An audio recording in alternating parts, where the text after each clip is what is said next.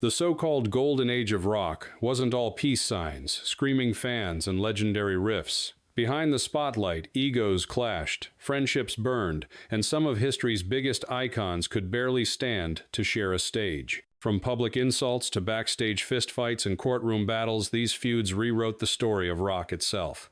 Tonight we're counting down the top 10 rock legends who secretly hated each other, and trust me, you won't believe who shows up at number 3. If you love untold stories from music history, make sure to hit subscribe so you never miss the next one. 10. The Byrds, Roger McGuinn and Chris Hillman versus David Crosby. In the mid-1960 seconds, the Byrds were hailed as the American answer to the Beatles, blending jangly guitars with soaring harmonies. But behind the harmony was anything but harmony. David Crosby, known for his sharp tongue and uncompromising opinions, constantly butted heads with bandmates Roger McGuinn and Chris Hillman. The tension reached its breaking point in 1967. At the Monterey Pop Festival, Crosby went off-script rambling about conspiracy theories and politics between songs.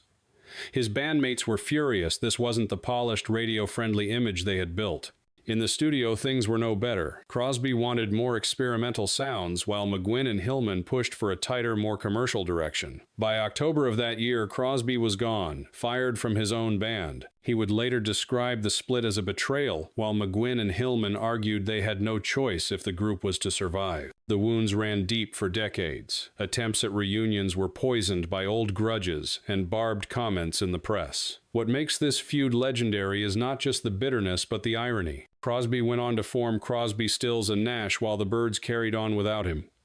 Both sides found success, but never again would they find common ground. It's a reminder that sometimes the very chemistry that creates timeless music is the same fire that burns it all down. And in the case of the Byrds, the music soared higher than ever, even as the friendships beneath it collapsed. 9. Aerosmith, Steven Tyler versus Joe Perry. The Toxic Twins. Aerosmith's frontman Steven Tyler and guitarist Joe Perry were nicknamed the Toxic Twins for their wild lifestyles, but the toxicity wasn't just about the drugs. Throughout the 1,970 seconds, their partnership produced some of rock's greatest anthems, Sweet Emotion Dream on Walk This Way. Yet behind the curtain, their relationship was spiraling. By the late 70 seconds, the band was drowning in excess. Tyler and Perry were both deep into drugs, and their constant fighting turned every rehearsal into a war zone. Arguments over songwriting, credits, creative direction, and even personal relationships boiled over. At one infamous show in Cleveland in 1979, Perry's wife got into a heated confrontation with other band members backstage.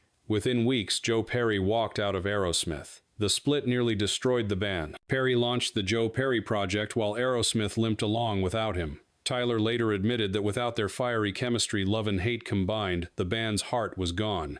For several years, they barely spoke. It wasn't until the mid-1980 seconds when both men began to sober up that they found their way back to each other. The reunion gave birth to Permanent Vacation and Pump Records that revived their careers and cemented their legacy. Still, the scars never fully healed. Even in later interviews, both men openly acknowledged how volatile their bond had been. Their story shows the paradox of rock and roll sometimes. The very tension that threatens to tear a band apart is also the spark that makes their music timeless. Tyler and Perry may have hated each other at times, but together they were unstoppable. 8. Fleetwood Mac. Lindsey Buckingham versus Stevie Nicks.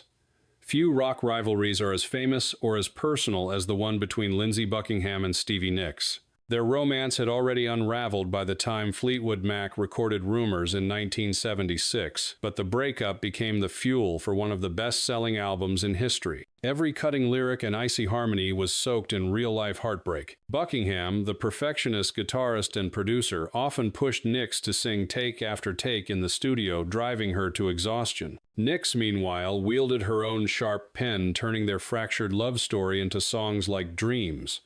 Their music sounded seamless, but the band's backstage reality was a powder keg. Over the years, the bitterness never really faded. During tours, they performed songs about their failed relationship while glaring at each other across the stage. In 1987, Buckingham quit the band altogether after a screaming match with Nicks, reportedly ended with physical shoving in the driveway of bandmate Christine McVie's house. Though Buckingham returned in 1997 for The Dance, the uneasy truce didn't last. In 2018, Fleetwood Mac fired him outright, citing conflicts over tour schedules. Buckingham sued the band, and Nicks publicly stated she could no longer work with him. The wounds of the 70 Seconds had come full circle decades later. Their feud remains one of rock's most compelling paradoxes. Two people whose fractured relationship nearly destroyed them, yet also gave the world songs that defined an era. In Fleetwood, Mac love and hate weren't opposites, they were intertwined forever, etched into the music. 7. The Kinks' Ray Davies versus Dave Davies. Brothers at war. If sibling rivalry can ruin a family dinner, imagine what it does to a rock band. For Ray and Dave Davies of the Kinks, the tension was constant and explosive. From the very start of the British invasion, their music, sharp, witty, and rebellious, was powered by a chemistry that teetered on chaos. But behind the hits like You Really Got Me and All Day and All of the Night lay years of insults, fistfights, and cold silences. Dave, the fiery younger brother, often accused Ray of being controlling and dismissive. Ray, the elder and principal songwriter, saw Dave as reckless and undisciplined. Their clashes weren't subtle in 1965 during a televised performance. Dave famously kicked over drummer Mick Avery's kid after a spat, causing an all-out brawl on stage. On tour, they fought so viciously that American promoters banned the Kinks from performing in the U.S. for nearly 4 years. As the years went on, the hostility never really cooled. In interviews, Dave openly called Ray a narcissist, while Ray quipped that dealing with Dave was like being in a war zone. Even reunion talks decades later fell apart often, with one brother accusing the other of sabotage.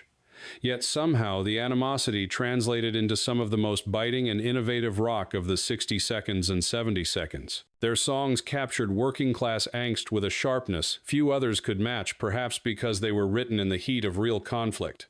The Davies brothers proved that family bands don't always mean harmony. For the Kinks, love and hate were inseparable, and the world got brilliant music from a partnership that was anything but brotherly. 6. Creedence Clearwater Revival. John Fogerty versus his own band. Creedence Clearwater Revival, or CCR, looked like the picture of unity on stage. 4 guys in flannel shirts delivering swamp rock anthems that sounded like they were born on the Mississippi Delta, even though the band came from California. But inside, the group was fractured, and most of the wounds centered around one man, frontman John Fogerty. John wasn't just the singer. He was the band's songwriter, lead guitarist, arranger, and driving force. Nearly every hit, Proud Mary, Bad Moon, Rising, Fortunate Son, came from his pen. For a while, this dominance worked. CCR churned out hit after hit at an astonishing pace between 1,968 and 1,970.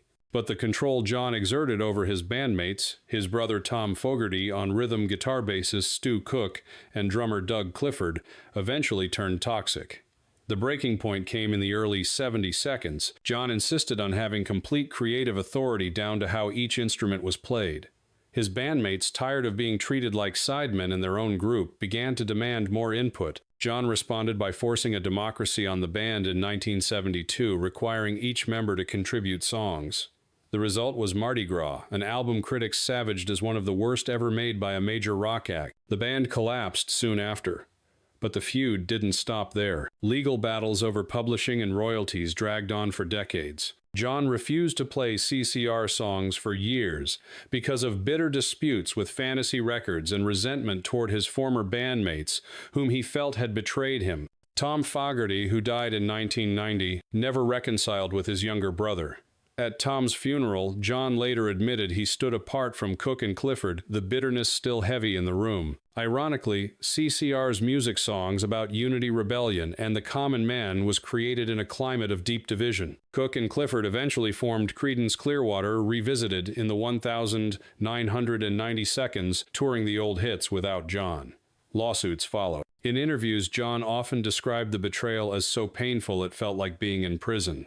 And yet, through all the acrimony, the music remains immortal. CCR's sound is still played in stadiums, movies, and bars across the world. Fans may never get a true reunion, but the legacy of those short, fiery years is undeniable. The story of CCR is a cautionary tale. Even when a single genius lifts a band to greatness, the imbalance of power can tear it apart. For John Fogerty, the dream of absolute control came at the price of brotherhood, friendship, and decades of animosity. For the rest of the band, the price was their place in history forever, overshadowed by the man they both needed and despised. prized. 5. Eagles, Glenn Frey, and Don Henley versus Don Felder. The Eagles may have written Hotel California, but inside the band, the real hotel was more like a war zone. At the center of the conflict was guitarist Don Felder, locked in a battle of egos with Glenn Frey and Don Henley, the duo who controlled the group's destiny. Felder joined the Eagles in 1974, and his distinctive guitar work helped shape their biggest hits.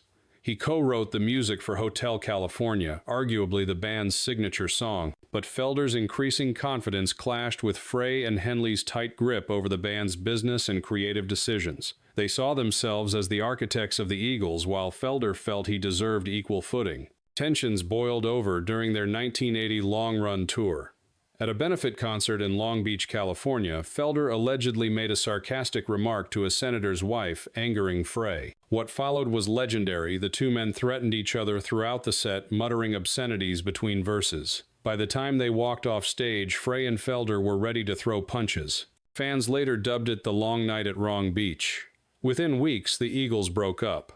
When the band reunited in 1994 for the Hell Freezes Over tour, the old wounds reopened. Felder demanded equal share of the profits, but Henley and Frey structured the band's finances to give themselves more control. Felder later claimed he was treated as a hired hand rather than a full partner, despite his contributions to the band's legacy. In 2001, he was fired outright. What followed was years of lawsuits. Felder sued Frey and Henley, alleging wrongful termination and financial improprieties. His memoir, Heaven and Hell: My Life in the Eagles, painted a bitter portrait of life inside one of America's greatest rock band's backstage feuds, ruthless power struggles, and the corrosive effects of fame. Henley and Frey, for their part, dismissed Felder as difficult and disloyal. Frey once quipped that Felder just didn't get how it worked. Felder countered that the band had become more about money and control than music. The legal battles were eventually settled, but the relationship never healed. Even after Frey's death in 2016, Felder remained estranged from the Eagles' camp. The irony is impossible to ignore. Songs like Take It Easy and Peaceful Easy Feeling became anthems of laid-back California rock, but behind the sunny harmonies was a storm of resentment. Felder himself later reflected that playing Hotel California felt like a dream turned nightmare. The Eagles' story shows how the pursuit of perfection and the thirst for control can hollow out even the most successful partnership. For fans, the music remains timeless. For the men who made it, the memories are still haunted by bitterness. 4. The Rolling Stones' Mick Jagger versus Keith Richards. The unholy marriage of rock. The Rolling Stones built their legend on swagger, rebellion, and raw chemistry. At the heart of that magic were Mick Jagger and Keith Richards, a frontman and a guitarist who seemed inseparable. But behind the glimmer of the world's greatest rock and roll band, the partnership was closer to a dysfunctional marriage, laced with love, hate, and decades of barely suppressed resentment. In the 1,960 seconds and early 70 seconds, Jagger and Richards were brothers in arms. They wrote Satisfaction Jumpin', Jack Flash, and Brown Sugar, setting the tone for generations of rock. But by the late 70 seconds, their bond began to unravel. Richards, deep into heroin addiction, bristled as Jagger increasingly took control of the band's direction. Jagger, in turn, grew frustrated with Richards's unreliability and began pursuing his own solo ambitions.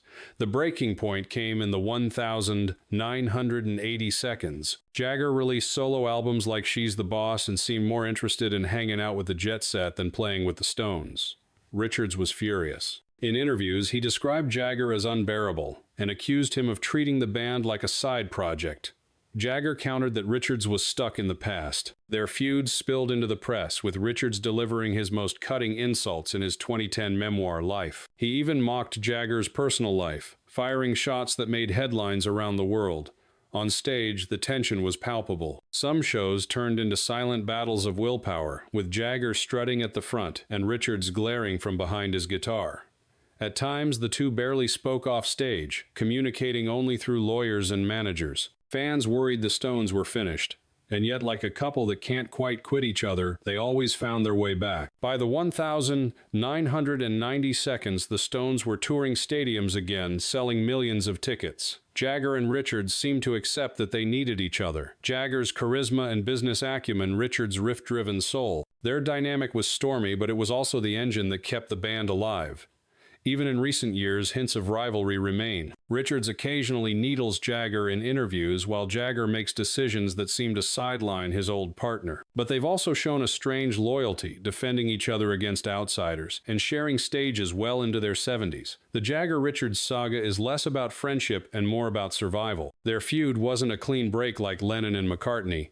It was a long, simmering fire that threatened to consume them but never quite did. If anything, their love-hate dynamic became part of the Stones' identity, dangerous, unpredictable, yet unstoppable. In the end, the Rolling Stones may be proof that you don't have to like each other to make history. You just have to need each other. 3. The Beach Boys, Brian Wilson versus Mike Love, family fame and feuds. On the surface, the Beach Boys embodied the California dream, sun, surf, and endless harmonies. But behind the smiles and matching striped shirts lay one of rock's most enduring and bitter rivalries. It was not between strangers or even casual bandmates, it was between cousins Brian Wilson, the band's visionary composer, and Mike Love, its frontman and tireless touring machine. Brian Wilson was the genius in the studio, crafting intricate symphonies like Pet Sounds and the legendary and famously unfinished Smile. Love, meanwhile, saw himself as the keeper of the band's commercial pulse, the voice that delivered hits like Fun, Fun, Fun and California Girls to screaming fans. For years, their strengths complemented each other,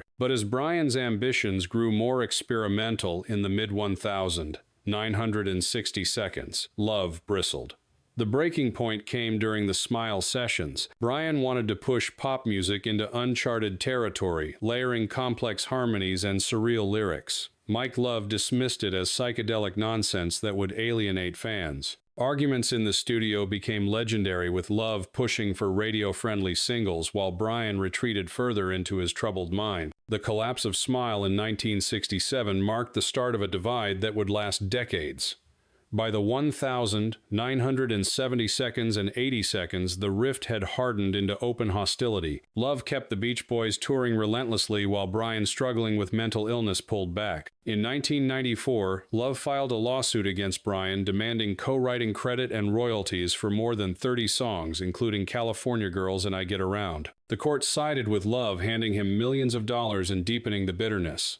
Brian later admitted the suit felt like a betrayal that cut to the bone. Their public exchanges turned nasty. Love painted Brian as unstable and unreliable, while Brian accused Love of being opportunistic and controlling. Even during reunion attempts, the hostility simmered. In 2012, the band briefly reunited for a 50th anniversary tour, but it ended with Love deciding to continue touring under the Beach Boys name without Brian. Fans were outraged, but the split was proof that the decades-old wounds had never healed. And yet the paradox remains. The very tension between Brian's artistry and Love's commercial instincts is part of what made the Beach Boys iconic. Without Brian's genius, there would be no Pet Sounds. Without Love's push for catchy singles, there might have been no enduring legacy of surf rock hits. Their feud is the story of two men who both in their own way believed they were the Beach Boys, and perhaps both were right. The California dream they sold to the world was built on fractured family ties, lawsuits, and bitter arguments. For fans, the harmonies are eternal.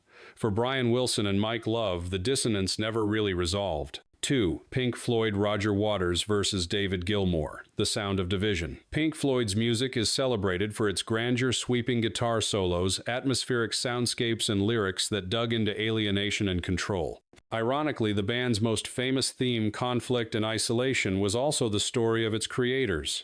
At the center of the storm stood bassist and lyricist Roger Waters and guitarist and singer David Gilmour. Waters rose as the conceptual leader of Pink Floyd after Syd Barrett's decline. By the mid-970 seconds, his vision drove masterpieces like The Dark Side of the Moon and Wish You Were Here. But with Animals 1,977, and especially The Wall 1,979, Waters assumed near-total creative control. He wrote most of the lyrics, dictated arrangements, and even forced keyboardist Richard Wright out of the band during the Wall sessions. Gilmour, whose soaring guitar defined Floyd's sound, began to feel marginalized. The tension erupted during the final cut 1983, which was essentially a Waters solo album in all but name. Gilmour openly criticized the material, calling it weak. Waters in turn accused Gilmour of being lazy and disengaged. By 1985, Waters had had enough. He announced he was leaving Pink Floyd and assumed the band would dissolve without him, but Gilmour and drummer Nick Mason weren't ready to quit. They carried on under the Pink Floyd name, releasing A Momentary Lapse of Reason in 1987 and embarking on massive tours. Waters was furious. He sued to prevent them from using the name, calling Pink Floyd without him a fraud. The case dragged through the courts before being settled in Gilmour's favor. The split left scars that would last decades. From then on, the feud played out in interviews and subtle jabs. Waters dismissed Gilmour's Floyd as shallow spectacle. Gilmour portrayed Waters as an egomaniac who believed he alone was Pink Floyd. For years, they refused to share a stage. When charity events or reunions did occur, such as the Live 8 performance in 2005, the truce was temporary, never signaling true reconciliation. What makes this feud especially poignant is how it mirrors the themes of Pink Floyd's own work. The Wall was about alienation, ego, and isolation, exactly the forces tearing the band apart. Their music became a prophecy of their downfall. Fans often dream of a permanent reunion, but both men have made it clear it will never happen. Waters continues to tour his version of The Wall, while Gilmour maintains his legacy with carefully chosen performances. Each insists they are the true custodian of Pink Floyd's spirit. The irony is inescapable. A band that gave the world timeless lessons on unity, empathy, and human struggle was undone by battles over credit control and ego. Waters and Gilmour created music that sounded eternal, but their partnership was anything but. Pink Floyd's story shows that sometimes the greatest music comes not from harmony but from fracture, and few fractures in rock history ever cut as deep. 1. The Beatles, John Lennon versus Paul McCartney, the breakup that shook the world. The Beatles were more than a band, they were a cultural revolution. John Lennon and Paul McCartney stood at its heart, co-writing the soundtrack of the 1,960 seconds. Together they crafted songs that changed music forever, from Hey Jude to A Day in the Life. But the same bond that fueled their genius also carried the seeds of their destruction. By the end of the decade, Lennon and McCartney had turned from creative partners into bitter rivals. At first, their partnership was symbiotic. John's raw edge balanced Paul's melodic polish. But as the band grew, so did the differences. Paul often took charge in the studio, pushing for perfection, while John sought experimentation and rebellion. The death of their manager Brian Epstein in 1967 only deepened the power struggle. Without Epstein's steady hand, Paul naturally stepped into leadership, something John resented. The late 60 seconds saw the cracks widen. During the recording of the White Album in 1968, sessions turned tense with each Beatle working in isolation. Lennon, increasingly influenced by Yoko Ono, grew distant from the group, while McCartney was accused of bossiness. Their disagreements weren't just artistic, they extended into business. Paul wanted the band managed by his in-laws, the Eastmans, while John and the others sided with Alan Klein, a move that would trigger years of lawsuits. The bitterness spilled into music itself. After the Beatles split in 1970, John released How Do You Sleep, a venomous track aimed squarely at Paul, mocking him as irrelevant and shallow. Paul had fired his own shots earlier with Too Many People on Ram, a thinly veiled critique of Lennon's preachiness. What had once been the greatest songwriting partnership in history devolved into a public exchange of barbs. Yet despite the hostility, there were flickers of reconciliation. By the mid-1970 seconds, John and Paul occasionally hung out in New York, even jamming together informally. Friends recalled moments of warmth where the old camaraderie returned. Sadly, a full reunion never happened. John's murder in 1980 froze their story in tragedy, leaving fans to wonder what could have been if they had reconciled fully. In later years, Paul often spoke with deep affection about John, acknowledging the rough patches but emphasizing their bond. He described Lennon as irreplaceable, while Lennon himself had admitted in interviews before his death that Paul was still like a brother despite everything. The Lennon-McCartney feud is more than a rock and roll squabble. It's the most famous breakup in music history. It showed the world how fragile even the greatest partnerships can be when weighed down by fame, money, and ego. Yet it also proved that conflict doesn't erase legacy.